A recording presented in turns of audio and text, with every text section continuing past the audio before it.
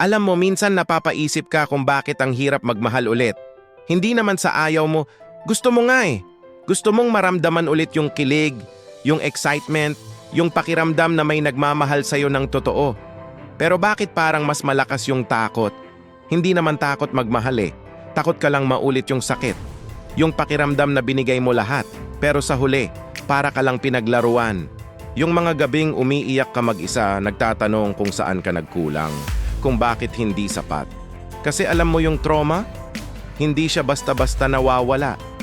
Minsan kahit anong pilit mong kalimutan, bumabalik at bumabalik. Yung tuwing may dumadating na bagong tao sa buhay mo, parang may alarm sa isip mo na nagsasabing, mag-ingat ka, baka maulit lang.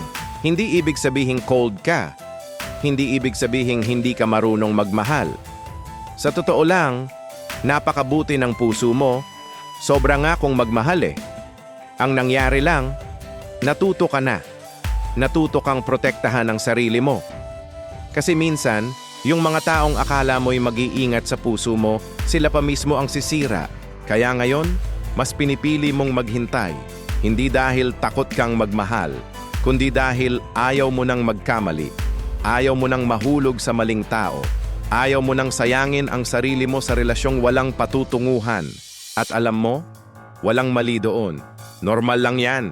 Mas maganda nga na nagiging maingat ka kaysa basta na lang magpapadala sa emosyon. Hindi ibig sabihing forever kang mag-iisa. Darating din yung tamang tao, yung taong maiintindihan kung bakit ka naging ganyan at handa kang antabayanan hanggang mawala lahat ng takot mo. Kaya kung nararamdaman mo to ngayon, tandaan mo, hindi ka nag-iisa. Marami tayong dumaan sa ganyang situation.